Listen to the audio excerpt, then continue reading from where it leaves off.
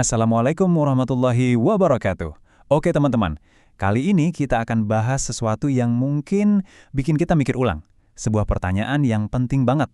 Sholat yang udah kita lakuin bertahun-tahun, bahkan ribuan kali ini, apa udah benar-benar sah sesuai tuntunan Rasulullah? Yuk kita bedah bareng-bareng. Coba deh bayangin, kita mungkin udah sholat ribuan bahkan puluhan ribu kali seumur hidup kita.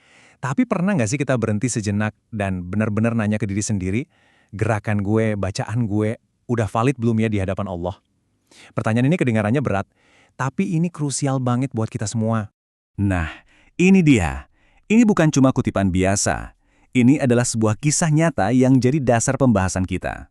Diriwayatkan dalam hadis Bukhari dan Muslim, ada seorang sahabat masuk masjid, sholat, lalu ngucapin salam ke Nabi Shallallahu Alaihi Wasallam. Apa jawaban Nabi? Beliau disuruh ngulang sholatnya. Bukan sekali, tapi 3 kali. Dan setiap kali, kalimatnya sama persis. Kembali dan ulangi sholatmu, karena sesungguhnya kamu belum sholat. Ini dia kuncinya. Terus, apa sih kesalahan fatal orang ini sampai sholatnya dianggap nggak sah sama sekali? Jawabannya ada pada satu kata ini, tuma'ninah.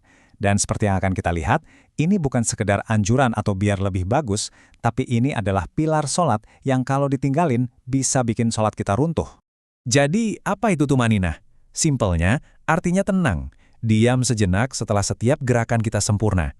Para ulama ngegambarinnya kayak kondisi di mana setiap ruas tulang kita itu udah balik ke posisinya sebelum kita pindah ke gerakan berikutnya. Bisa dibilang, tuma'ninah ini adalah ruhnya sholat.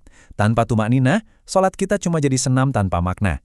Oke, jadi di mana aja kita wajib berhenti sejenak ini, ada 4 titik yang kritis banget. Pertama, waktu ruku. Pastiin punggung kita lurus dan diem sebentar. Kedua, pas i'tidal.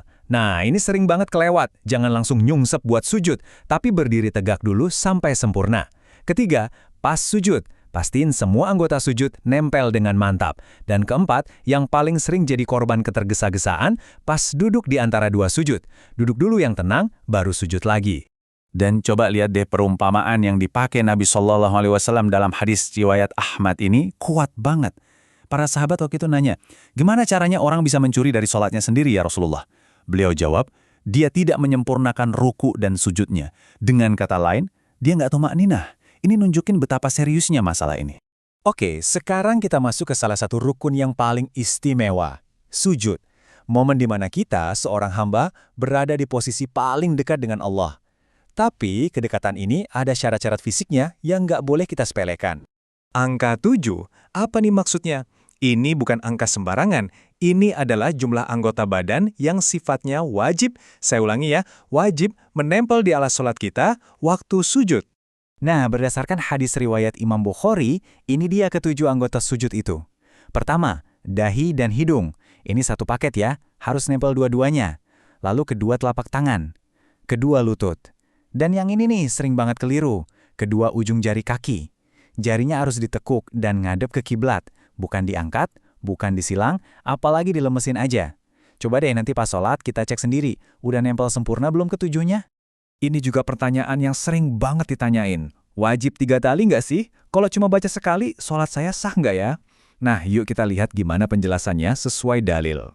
Ternyata, poin utamanya adalah baca tasbih, baik subhana rabbiyal azim saat ruku atau subhana rabbiyal a'la saat sujud, 1 kali aja itu udah sah. Tapi, ada syarat mutlaknya, harus dilakukan dengan tuma'ninah. Ketenangan itu kuncinya. Nah, kalau mau sholatnya sempurna, batas minimalnya itu 3 kali. Jadi kesimpulannya apa? 1 kali bacaan yang tenang dan khusyuk itu jauh lebih baik daripada 3 kali tapi dibaca sambil ngebut. Oke, kita geser sekarang ke sholat berjamaah. Jadi makmum itu ada seninya, ada aturannya sendiri, biar pahala 27 derajatnya itu bisa kita dapetin dengan sempurna.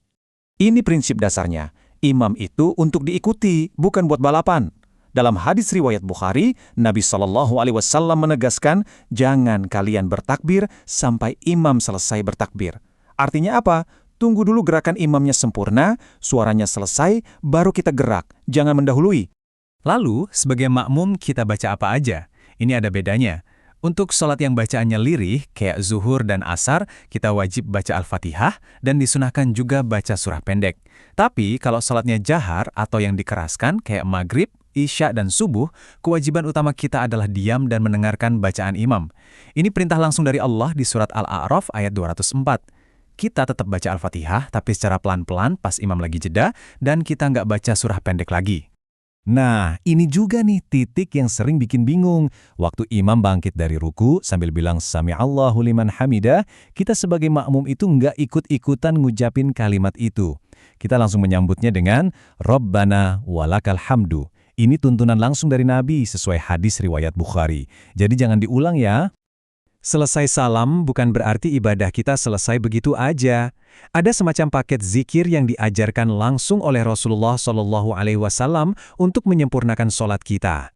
Berdasarkan hadis-hadis yang sahih, ini dia urutan dzikir yang otentik. Langsung setelah salam, yang pertama kita baca adalah istighfar 3 kali. Dilanjut, Allahumma antas salam. Habis itu yang kedua, baca kalimat tauhid, la ilaha illallah wahdahu. Ketiga, baru deh kita masuk ke tasbih, tahmid, dan takbir, masing-masing 33 kali. Keempat, yang ini jangan sampai ketinggalan, baca ayat kursi. Dan kelima, kita tutup dengan 3 surah perlindungan, Al-Ikhlas, Al-Falaq, dan An-Nas. Oh iya, dan satu tips penting banget, zikir ini semua dilakukan sendiri-sendiri. Masing-masing orang membacanya dengan suara pelan untuk dirinya sendiri. Praktik zikir bareng-bareng dengan suara keras atau dipimpin satu orang itu tidak dicontohkan oleh Rasulullah dan para sahabatnya. Oke, setelah kita tahu semua ini, dari betapa vitalnya tumanina, detail sujud, sampai urutan zikir yang benar, pertanyaan terakhir, ini bukan lagi soal sholat kita yang udah lewat. Pertanyaannya sekarang adalah, untuk sholat kita yang berikutnya, sholat yang akan kita kerjakan sebentar lagi, apakah kita masih akan melakukannya dengan cara yang sama? Ilmu ini amanah, dan sekarang saatnya kita buktikan dengan amalan.